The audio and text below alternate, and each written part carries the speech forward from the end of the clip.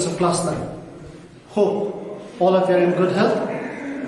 So welcome back to another class. But today we are going to start with Civics, where we'll be studying about the local self-government. In your previous classes, you have learned about election commission, and the composition of election commissions. So today we will study about the local self-government.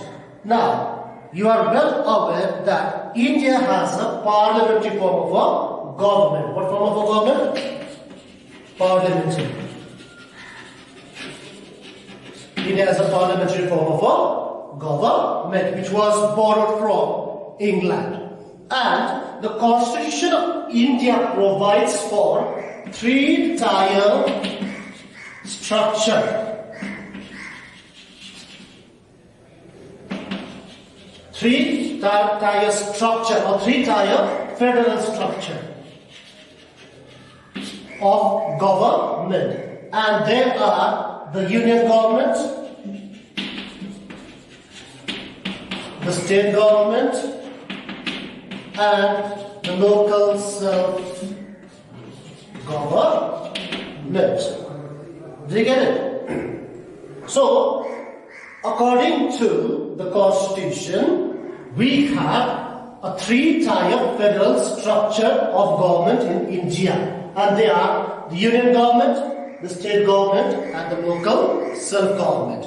So from this chapter, you need to know the meaning of local self-government, its compositions and functions. What are the ones? Meanings, composition and functions. Now, before we proceed with the chapter, what local self-government means, you need to know certain facts which are very, very important to understand the chapter as well as for the examination point of view. And the things that you need to keep in mind is that Article 14 of the Indian Constitution. Article 14 of the Indian Constitution says that it is the duty of the state to organize local self-government. It is Article 14 of the Indian Constitution states that it is the duty of the states, of the government, to organize local self-government and endow them or provide them with powers and authority. Powers and authority. What I'm trying to tell is, before we understand what local self-government is, what its meanings, composition and functions, we need to know how local self-government came into existence or is applicable in our country. Article 40 of the Indian Constitution, what does it state? It states that it is the duty of the state government to organize local self-government in the rural as well as in urban areas and to provide them with powers and authority. Is that clear? Clear. Now, after the Constitution came into effect, a committee was set up under the chairmanship of Govt Rai Mehta.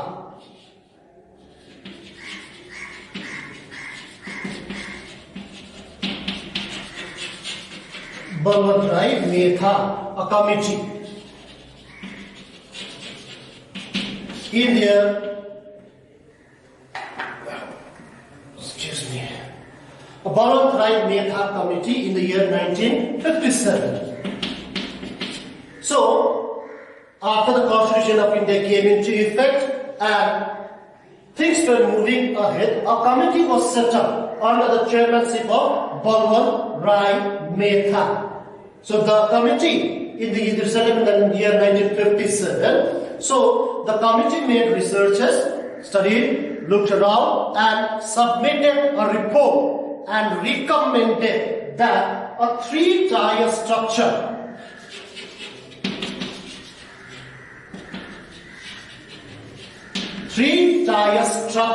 of local self-government is to be introduced in our country. And the three-tier structure, as you will be knowing, are the Gram Panchayat, the Panchayat Samiti,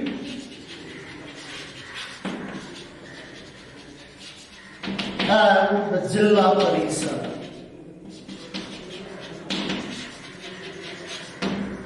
So what are the recommendations, suggestions given by Balot Rai Mehta Committee? It recommended or suggested that a three-tier structure of local self-government governing institutions is to be established in our country. Well, they are the Gram Panchayat, the Panchayat Samiti, and the Jilla Parishad. What they are, it will be explained later on in detail. Now, the local self-government is formed in our country on the basis of Article 40, which tells that it is the duty of the government to organize local self-government in our country. On the basis of it, a committee was set up in the year 1957 under the chairmanship of Balot Rai Mehta, which recommended that a three-tier structure, namely the Gram Panchayat, the Panchayat Samiti, and the Jilla Parishad, is to be established in our country, mostly in the rural and the urban areas. Now, this three-tier structure became functional, or it was made functional by the 73rd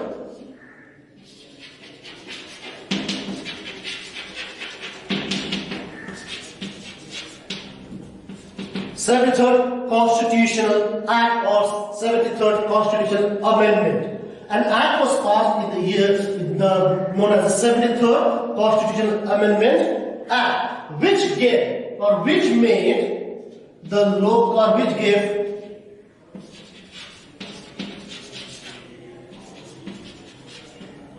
constitutional status.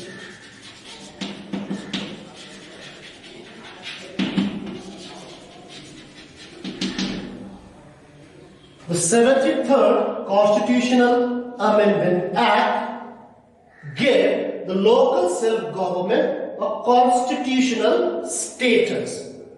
Before this, the local self-government was only under directive principles. Now you have learned about fundamental rights and directive principles. Fundamental rights have constitutional status. That means it has to be performed and it will be compulsory for the government. Whereas directive principles, as you know, they were just mere instructions. So in the year 73rd Constitutional Amendment Act of 1973 provided constitutional status to the local self-government. And this three-tier structure of local self-government became effective from April 1993. It became effective or came into effect from April 1993. So what are the things that I've told till now? What I've told is now we need to understand local self-government. That is chapter number 4 of your book, of your syllabus. Now, we know India has a parliamentary form of a government, and the Constitution of India provides for three-tier federal structure of government in our country. What are they? They are the union government, the state government, and the local self-government. In this chapter, you need to know the meaning of local self-government, its compositions, and its functions. So before we enter into the chapter, we need to know why this local self-government is important. The Article 40 of the Indian Constitution, it states that it is the duty of the state government as well as the central government to organize local self-government in the rural as well as urban areas and give them or endow them with powers and authority.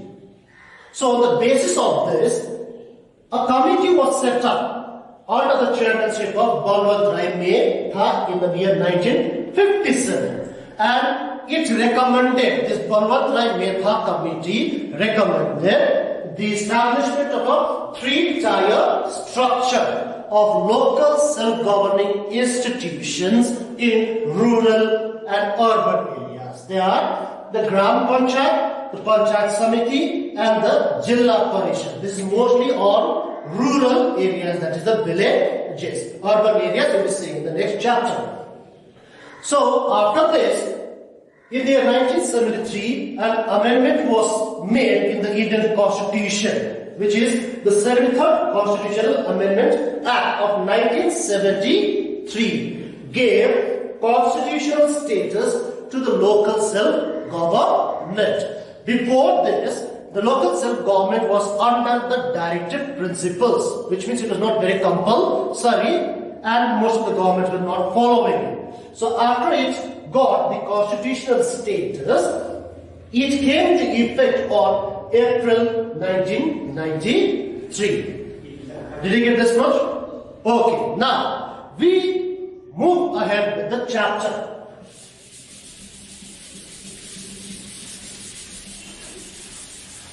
So before understanding or knowing the meanings, composition, first you need to know the differences between local self-government.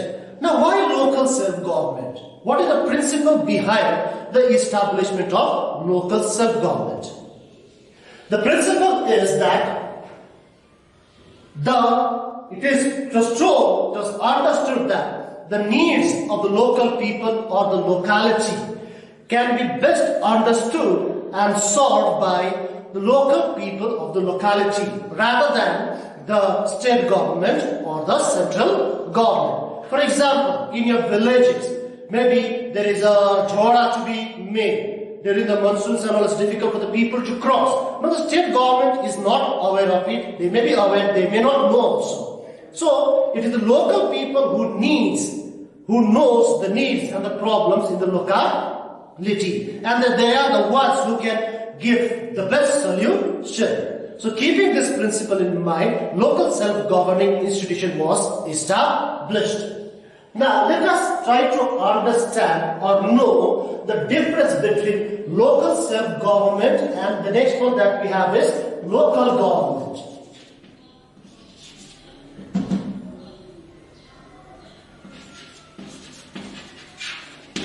Okay, I'm writing the short form. Local self-government and local government. You need to know the difference between. Local self-government means the management of problems or the locality by the local people themselves. That means it is the management of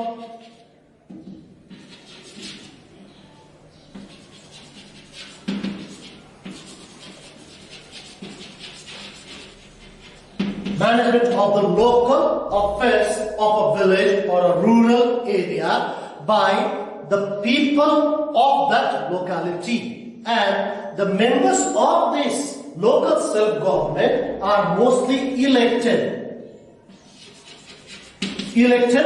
members from within that locality. On the other hand, local government means the administration.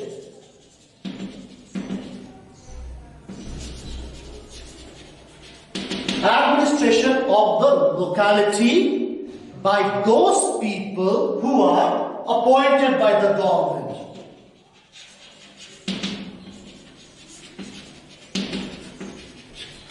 Appointed by the government. What I am trying to tell you is, explain you is, the differences between local self-government and local government. We have both of this in our locality, especially in the rural as well as in the urban areas.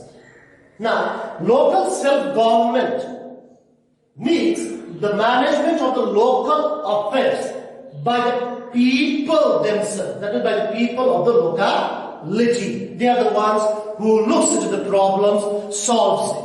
Whereas local government means the administration of the locality, looking after the administration of the locality by the people who are appointed by the government.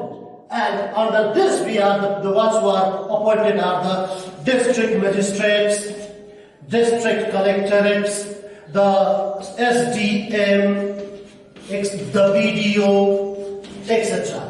Now, these are the persons, the personalities who are appointed by the government to look after the administration of a locality.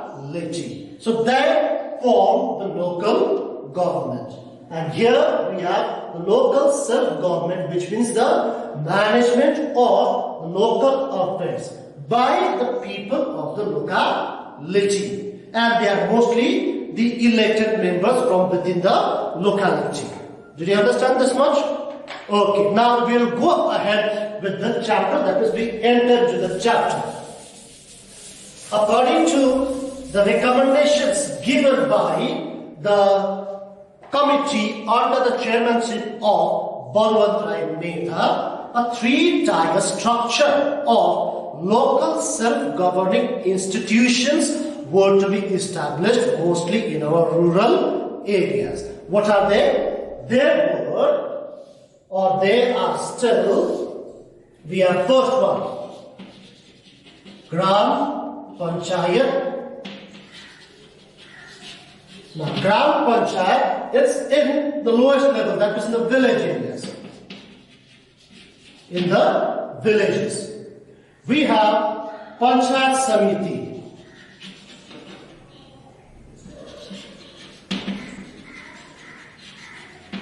The Panchayat Samiti is in the block level.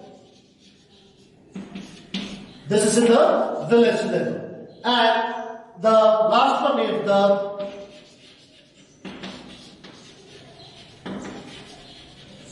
Jilla Parishad in the district level. Jilla Parishad in the district level.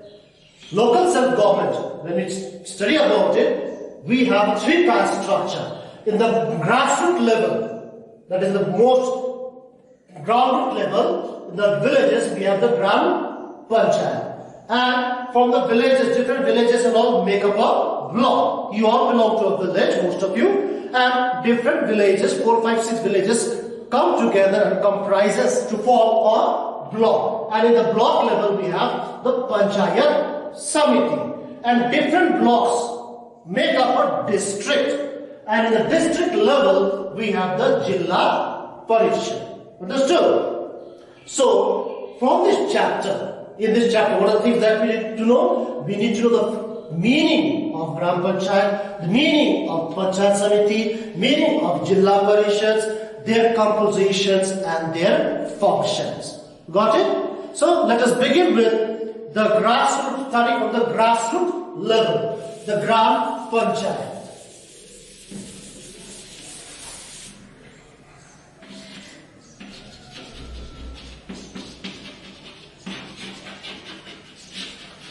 Gram Panchayat. Now, when we talk about Gram Panchayat, we can see Gram Panchayat under two levels. First one, the Gram Sabha. The next one,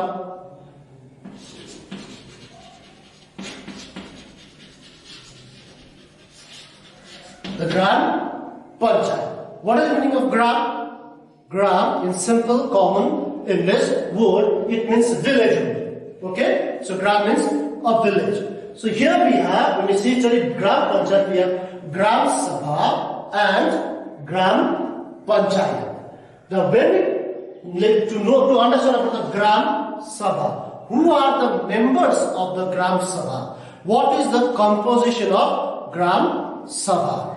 All the members of a particular village, mostly the adult members. That is, the ones who are above the age of 18. They all are the members of the Gram Sabha. So if this is a village, all adult members of a particular village or a locality forms a Gram Sabha. Or they are the members of the Gram Sabha. One thing, they should be adult members. That is mostly above 18 years of age. So they are the members of Gram Sabha. And this Gram Sabha, when they come together, they elect a president. They elect a president as well as vice president for a period of 5 years. For a period of 5 years. A president or a vice president of a Gram Sabha is elected from amongst these members or from within the members of the villages. They are elected. A person gets elected as a president or a vice president for a period of 5 years in order to conduct a meeting of the Gram Sabha, which they have to do mostly at least twice a year. At least twice a year, it's compulsory that the Gram Sabha comes together. So whenever Gram Sabha or all the adult members of the villages come together, the meeting is conducted by the president, who is also known as Pradhan, and the vice president, the Upa Pradhan. And they are elected from amongst the members of the locality or amongst the villages. Okay? Now, let us understand the meaning or the functions of Gram Sabha. What are the functions of Gram Sabha? It's there in your book also, and I'll be explaining or telling you also. Then we move into the village panchayat. Gram Sabha and its functions.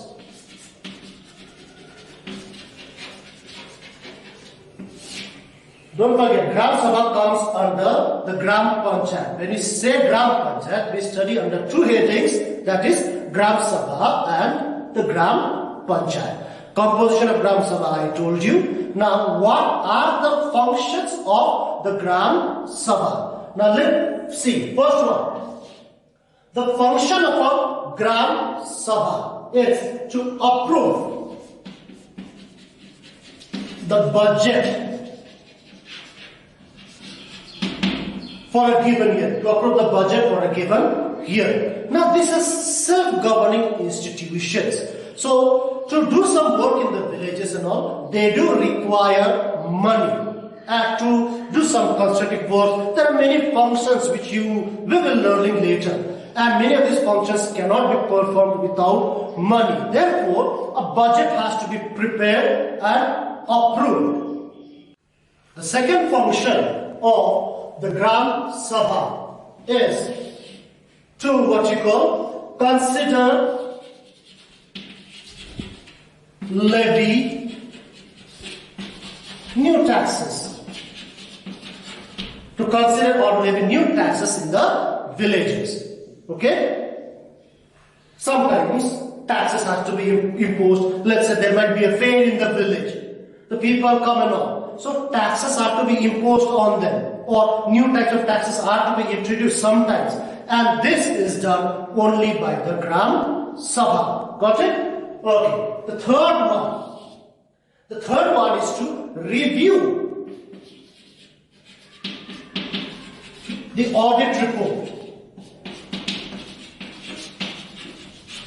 of the previous year. Now in the previous year, let's say this is 2020. So in the year 2019, the Gram Sabha had prepared a budget, might have spent certain amount of money for development works or for different projects and so on. So every year, the financial year, they have to prepare an audit report. That means what were the amount of money spent on different areas, what was the income and expenditures and so on. Now this audit report is reviewed by the Gram Sabha. Now let's go to the fourth function. The fourth function of the Gram Sabha is to elect the members of the village panchayat. Don't get confused with village panchayat, Gram Sabha. Once I do the village panchayat, things will be clear. So, the next function of the Gram Sabha is to elect the members of the village panchayat. Now let's see the last function. The last function of the Gram Sabha can be to see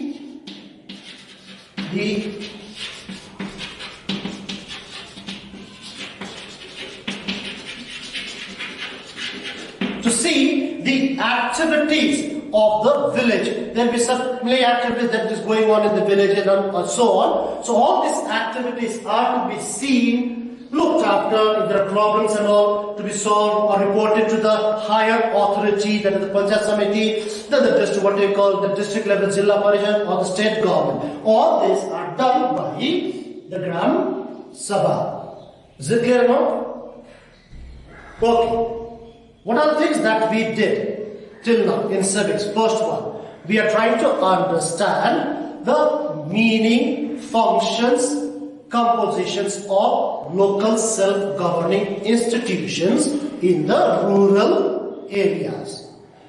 Before we enter in the chapter, we try to understand what is local self-government. The Constitution of India provides for a federal structure of government. What are they? The the central government, state government, and the local self-governments, mostly in the rural areas. The Article 40 of the Indian Constitution, what does it say? It tells that it is the duty of the state government as well as the central government to organize local self-governing institution in the rural areas. Now, why local self-government? The principle behind is that it is the local people who are the best persons to know about the needs and the problems of the villages and to solve them, rather than the people from the state government or the central government. So, on the basis of this, a committee was set up under the chairmanship of Mr. Balwant Rai Metha, which is known as Balwant Rai Metha Committee in the year 1957.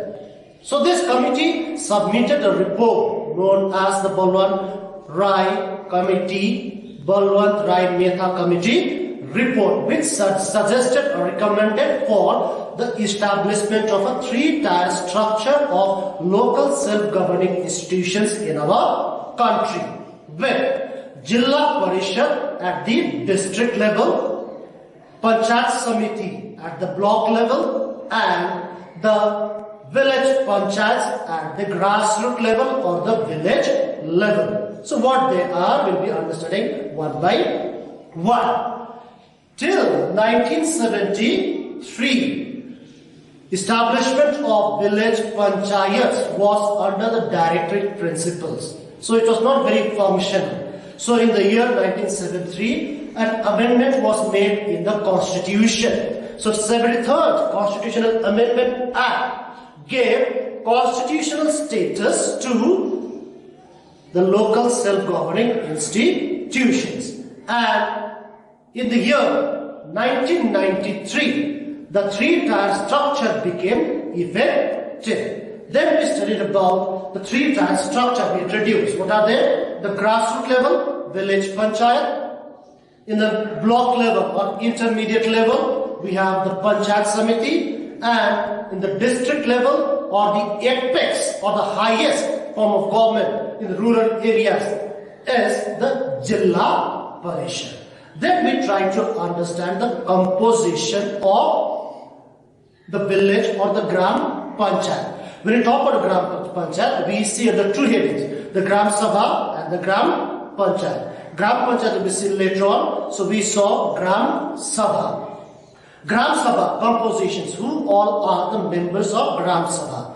All adult members of a particular village are the members of the Gram Sabha. They meet at least twice a year. So whenever Gram Sabha meets for the first time, they elect a president or a pradhan for a period of 5 years in order to conduct the meetings of the Gram Sabha and to look into the working of the Gram Sabha. Now, what are the various functions of Gram Sabha? The various functions of Gram Sabha are as to approve or prepare a budget for the coming year or the present year. Second one, what you saw was to consider or levy new taxes, whichever is necessary in the village. Third one that you saw was to review the audit report of the previous year. Then you saw elect the members of the village panchayat. This will be clear when you do the village panchayat. Okay? The last one that we saw was see the activities or the other different activities of the villages. Is that clear or not? Gram Sabha can be seen as the more or less as a legislative wing. It's legislative wing means it makes rules, regulations, and so on. The executive wing, the ones who execute or puts into the practice, is the Gram Panchayat, which will be seen in the next class. So any problems, please refer to the chapter. If there are any clarifications to be made, you may please ask or let me know in the group. Have a good day.